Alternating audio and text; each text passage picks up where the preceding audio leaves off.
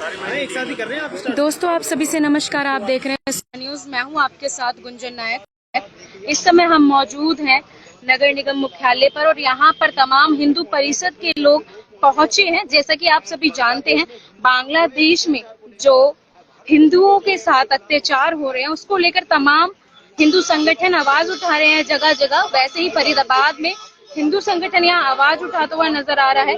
आप सामने देख सकते हैं इन लोगों के हाथ में पोस्टर्स भी है जिसपे लिखा हुआ है all eyes on Bangladesh Hindu. सभी की आंखें जो बांग्लादेश में हिंदुओं के साथ हो रही है उनपे अड़ी हुई है। और देखिए इसमें लिखा हुआ है प्लीज सेव बांग्लादेश हिंदू, हिंदुओं को सेव करें। पंकज जैन है यहाँ पर, इनसे बात करते हैं।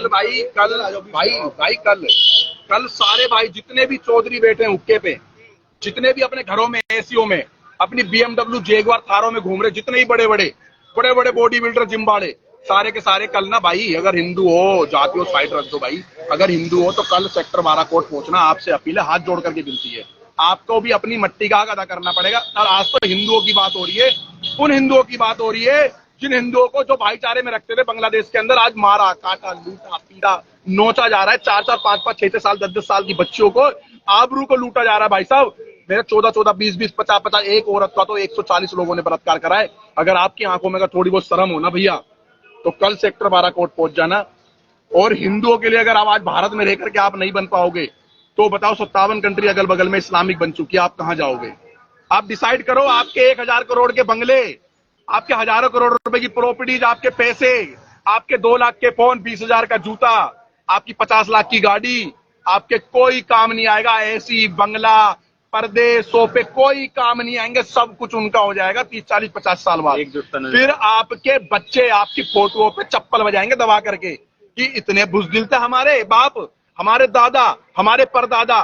चप्पल बजाएंगे माला उतार करके। कुछ तो करके जाओ। हमारे देश में महाराणा प्रताप, छत्रपति शिवाजी, पृथ्वीराज चौहान जैसे बड़े बड़े योद्धा, बड़े बड़े राजा महाराजा, जिनके घर में 1-1 2-2 लाख सैनिक होते थे, वो फ्रंट पे लड़ रहे थे। अरे हमारे तुम्हारे तरह तुम्हारे लिए तो लड़ रहे थे। और आज तुम जातियों में बैठ के सब कुछ बट करके अपने आप को कमजोर कर लिया आप लोगों ने। क्या वहां पर दलितों को नहीं मारा जा रहा? क्या वहां पर कोई पंडित नहीं है? वहां पर क्या ठाकुर नहीं है? वहां पर क्या शूद्र नहीं है? वहां पर क्या बनिए नहीं है? तुमसे ज्यादा तादाद में और तुमसे ज्यादा पढ़े लिखे, तुमसे ज्यादा पैसे वाले हैं सब भाईचारे मेरे। आज देखो क्या हो रहा है, घरों में घुस रहे हैं, माता बहनों को, सुंदर माँ, सुंदर बेटी, सुंदर बच्चियों को, बहन बेटियों को उठा उठा करके ले जा रहे हैं। और रात दिन बलात्कार हो रहा है वहां पर। बलात्कार करने के बाद झील में फेंक दे रहे हैं, जीवित फेंक रहे हैं। और फिर चारों तरफ खड़े होकर के पत्थर बजा रहे हैं कि किनारे पे ना डूब के मार रहे हैं, डुबा डुबा करके मार रहे हैं। आप लोग कब जाओगे? कोई पुलिस, कोई कानून, कोई प्रशासन नहीं बचा पाएगा भाई साहब। वहां पर हालात देख लो आप। वहां पर जजों को, चीफ जस्टिस को मार दिया भाई साहब उन्होंने। वहां पर बड़े बड़े सिंगरों को मार दिया, हिंदू सिंगरों को मार दिया, हिंदू क्रिकेटर के घर में आगजनी कर दी उन्होंने। Hindu inspector, sub inspector, commissioner, ACP office, ACP DCP सबको मार रहे हैं भाई साहब। बोलो आप कब जागोगे? आप कब निकलोगे? निकलो अपनी गलियों में से, अपने कॉलोनियों में से इन घुसपैठी, रोंगिया, आतंकवादी स्लीपर सेलों को अपने मोहल्लों से निकालो। ज्यादातर फरीदाबाद में मुझे पता लोकल लोगों ने अपने किराए पे बसा रखा है, अपनी खाली जमीनों में बसा रखा है। सबसे बड़े दुश्मन तो वो लोग हैं हमारे समाज के और हमारे लोग, जो लोग अपने कॉलोनी, अपनी गली, अपने मोहल्ले में, अपने जगह में बसा रहे हैं। इनको सबसे पहले उनका विरोध करो, उनके फट्टे बजाओ पिछवाड़े पे, जिन्होंने इन किराएदार के रूप में बसा रखा है। मात्र 1000-2000 रुपए का एक्स्ट्रा लालच में इनको 5000 की जगह 6-6000 दे रहे, तो 1000 रुपए के लालच में बिक गया तुम्हारा ईमान धर्म। और दूसरे की बच्चे को टारगेट बना रहे हो तुम लोग। तुम्हारे कारोबार पे, तुम्हारी हर चीज पे नजर है। जब ये ज्यादा संख्या में हो जाएंगे तो फरीदाबाद में बुरे हालात तो हैं चारों तरफ। आप सोचो आप लोग कहाँ जाओगे? आप गांव के अंदर भी बस रहे हैं ये लोग, बसंतपुर में ही बस रहे हैं ये लोग, सैदपुर में ही बस रहे हैं, और यहाँ पर बता रहा हूँ ये इस्मातपुर में ही बस रहे हैं, खेड़ी पे ही बस रहे हैं, लक्कड़पुर में ये लोग बस रहे हैं, प्रहलादपुर में ये बस रहे हैं, कालकाजी में ये बस रहे हैं, मेहरौली में ये बस रहे हैं भाई साहब, ये डबुआ में ये बस रहे हैं, सूरजकुंड में ये बस रहे हैं। चारों तरफ इन्होंने बता रखा भाई साहब। ये लोग बसे हुए नहीं है। जिस तरह के भाई ने बताया ना कि उन बच्चियों को, आपका नाम क्या है? मेरा नाम रतन यादव है। जिस तरह से वहाँ पे हालात हो रहे हैं कि वो बच्चियों को डुबो के मार रहे हैं, वो तो डुबो के मजबूरी में मर रही है लड़कियां, लेकिन यहाँ रह रहे हिंदुओं के लिए डूब के मर जाने वाली बात है कि अभी तक आप घरों में बैठे हो और बाहर नहीं निकल पाए हो। अगर उनके प्रति भी शर्म और हिंदुत्व के प्रति थोड़ा बहुत भी आभास उन लोगों को हो तो सेक्टर 12 में सबके सब साथी एकजुट होकर के, सारी जाति प्रथा सब छोड़ करके सब लोग पहुंचे और उनके लिए न्याय की मांग करें। हम प्रशासन के साथ नहीं लड़ सकते ज्यादा देर तक, क्योंकि हमें भी प्रशासन 1-2 आदमियों को उठा करके जहां मर्जी उठा के फेंक देगा, लेकिन आप लोगों से अगर तुम्हारी संख्या बल रहेगा तो ये पुरजोर ताकत हमारी भी बनेगी और आप हिंदुओं की ताकत बनेगी। आगे भविष्य में इसी तरह से आवाज उठाने की काबिलियत हमें मिले। जैसे सर मैं ये कहना हूँ, ओवैसी आवाज उठाता है, फिलिस्तीन कहता है, जय बोलता है, लेकिन आज हिंदुओं पर अत्याचार बांग्लादेश में हो रहे हैं, कुछ भी कोई ट्वीट नहीं किया। क्या देंगे उसमें ये लोग मौन रहेंगे, इनके मुंह में दही जम जाती है। और सबसे बड़ी बात है, वो भारत की संसद में खड़े होकर फिलिस्तीन को जिंदाबाद कर सकता है, लेकिन हमारे भारत के जो बांग्लादेश में हो रहा है उसके खिलाफ अभी तक आपने देखा है संसद में कोई इन लोगों के बीच में से कोई जोरदार बोला हो, किसी ने जोरदार प्रदर्शन करा हो, किसी ने कहा हो कि हमारे देश के जो वहाँ नागरिक ये हिंदू हमारे देश के ही तो हैं। ये भाई ये सबसे पहले क्या था, अंग्रेजों ने हम में से ही तो पाकिस्तान में विघटित करा है, उसमें से ही तो बांग्लादेश निकला। ये लोग हमारे ही तो हिंदू जो वहाँ पिट रहे हैं, जो मर रहे हैं, जो बहन बेटियों के साथ गलत में हो रहा है। अब मैं आता हूँ मुद्दे पे। मुद्दा ये है कि फरीदाबाद में 1.5 लाख जो रोहिंग्या जगह जगह बसे हुए हैं। अब फरीदाबाद हम लोग पूरे देश में तो नहीं कर सकते, लेकिन अपने अपने क्षेत्रों में मैं सबको कहना चाहूंगा आपके माध्यम से, अपने अपने क्षेत्रों में हमारा दायित्व बनता है कि कहाँ कहाँ पे ये रोहिंग्या रह रही है, और जो रह रहे हैं प्रशासन को पकड़वाओ इन्हें, क्योंकि प्रशासनों को भी नहीं पता बहुत जगह। अब बहुत जगह पता है तो चुप है। नगर निगम की जमीनों पे बैठे हुए हैं, तंबू गाड़ के तू बैठे हुए हैं, ज्यादा फ्री जमीन है उसमें स्टेडियम, सरकारी कॉलेज, दुनिया भर के काम करो। क्यों आप ये काम कर रहे नगर हैं? निगम क्यों नहीं उन पर एक्शन लेता है? क्या कारण है नगर निगम एक्शन नहीं लेता है? नगर निगम उन पे एक्शन नहीं लेता, लेकिन अगर कोई मंदिर बन रखा हो और वो बाई चांस उसके सामने से कोई प्रोजेक्ट निकलना हो या कुछ हो तो उसे तोड़ देगा मंदिर को, लेकिन रोहिंग्याओं का तंबू नहीं तोड़े जा रहे। हम अब पूछना चाहेंगे, हम अब आपसे आपके माध्यम से निवेदन कर रहे हैं कमिश्नर साहब से कि इन पे एक्शन लीजिए।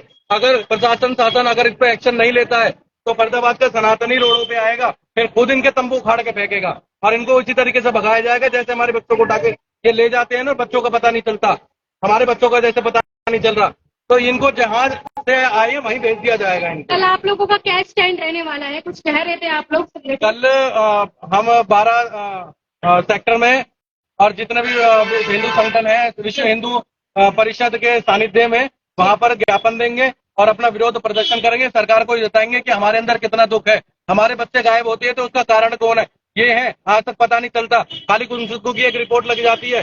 जितने भी अभी तक पकड़े गए हैं बच्चे पकड़ने वाले, ज्यादातर ये रोहिंग्या पकड़े जाते हैं। घरों में ये चद्दर बेचते डोल रहे हैं और जगह जगह ये कहीं पे कुछ कर रहे हैं, कहीं कुछ कर रहे हैं, जूस वाले, बिरयानी वाले, और ये जितने भी हैं इनकी सबकी आइडेंटिटी चेक हो। ये नारियल पानी बेच रहे हैं, इनकी आइडेंटिटी चेक हो, और ये अपनी आइडेंटिटी दिखाते हैं, उसमें बांग्ला कहते हैं हम पश्चिम बंगाल के, इधर के उधर के, आधार कार्ड फेक बन जाते हैं। कितने आधार कार्ड आपको पकड़वा दूंगा, ठीक है। इनकी पीछे तक से जांच हो, कहाँ से ये है, फैमिली आईडी हो, इनके राशन कार्ड चेक करे जाए। तो विजय जी आज पहुंचे नगर निगम, क्या क्या कारण पहुंचे, किस लिए पहुंचे? कारण ये है कि भाई साहब 1.5 करोड़, जैसे भारत के अंदर 4.5 करोड़ रोहिंग्या घुसे, पूरे भारत के ना जो लोग हैं ना, लोकल मूल निवासी जो भारत के, उनके अर्थ पे कब्जा इन लोगों का हो रहा है जी। जमीन जायदाद पे उनके कब्जा हो रहा है, अगल पड़ोस मोहल्ले में इनका कब्जा हो रहा है, उनके कारोबार पे कब्जा हो रहा है। अगर 1.5 लाख अगर रोहिंग्या अगर घुसपैठिया आतंकवादी स्लीपर सेल अगर हमारे फरीदाबाद में रह रहे हैं, आतंकवादी स्लीपर सेल बोलो, डर नहीं है, आतंकवादी स्लीपर सेल ही है लोग, तो ये समझो कि कारोबार किसका खा रहे हैं ये लोग, थूक करके ये दे रहे, मूत करके ये दे रहे, तब भी इन पड़ोसियों को, मोहल्ले वालों, गली वालों को, फरीदाबाद वालों को समझ नहीं आ रहा। सबके सब हवाबाज बन रहे और हीरो बनते डोल रहे हैं। भाई आने वाला समय बहुत बुरा होगा। मेरा मैसेज सीधे के सीधे उनको टारगेट है कि इन 4.5 करोड़ रोहिंग्याओं को या तो इनके कान पकड़ करके, या तो इनकी गर्दन पकड़ करके, या तो उनके पिछवाड़े में फट्टा बजा करके यहाँ से इन घुसपैठियों को बाहर निकाला जाए और जाए और जाए, नहीं तो रोडों पे उतरो। आज हिंदू, जैसे कश्मीर फाइल देखी थी, लाइव देख रहा, लाइव बांग्लादेश, तो बांग्लादेश में ना पूरा लाइव देख रहा है कि हिंदुओं की फाइल कैसे बन रही है वहां पर। बस ये पिक्चर ही बनवाते रहोगे हिंदुओं की, तो समझो कभी ना कभी आपके बच्चे भी उस पिक्चर में अपना रोल दिखा रहे हैं कि एक बच्चे के 14 बंदों ने बलात्कार करा। अब जिस दलित बच्ची का 14 बंदों ने बलात्कार करा, कहाँ गए वो ठेकेदार, बड़े बड़े जो ठेकेदार बनते जाति होते कि भाई मैं तो राजपूत का ठेकेदार हूँ, मैं गुजरों का ठेकेदार हूँ, मैं जाटवों का, मैं जाट का, मैं दलित का, कहाँ गए वो लोग ठेकेदार? आज दलित समाज के संग जो हो रहा है, चंद्रशेखर रावत पूछ चुके भाई साहब, हमारे बीच में एक ठेकेदार आता है और वो ठेकेदार हमारी जाति का ठेकेदार बनता है, समझो वो सारे के सारे पेड वर्कर होते, पीछे से सिस्टम बांध करके आते हैं भाई साहब, और वो नेता बन जा रहे हैं। तो इन सबको गद्दियों का लालच है। एक है यूपी के अंदर इमरान मसूद नाम का, पता नहीं कोई व्यक्ति है सर, नाम ऊपर नीचे हो सकता है, कह रहा मोदी जी आप कहाँ जाओगे भाग करके। अबे सुनो मेरी बात, तुम डिसाइड करो तुम कहाँ जाओगे भाग करके, तुम कहाँ जाओगे। इस देश का विभाजन केवल धर्म के नाम पे हुआ था, तो ये भारत में क्यों रह गए? हम यहाँ पर भी चुप्पी साध करके बैठे और उसका आज भुगतान हम भारतीय लोगों को भरना पड़ रहा है। विजय जी अगर देश में या इंडिया में, भारत में कुछ ऐसा हो जाता तो? जैसा कि आपने देखा यहाँ पर तमाम हिंदू परिसर के लोग पहुंचे हैं। बांग्लादेश में जो हो रहा है हिंदू पर अत्याचार, इसको लेकर अब इनका आगे क्या स्टैंड रहता है और किस तरह से ये लोग कार्रवाई करवाते हैं, किस तरह की इन लोगों की मांग है, उस अपडेट्स की जोड़ूंगी। तब तक के लिए देखते रहे, बने रहे सुविधा देश हित में बात करे, धर्म हित में बात करे। अगर तुम्हारी बच्चों का हिंदुओं को प्रताड़ित करा जा रहा है तो उस पर बात करे। बताओ तुम्हारा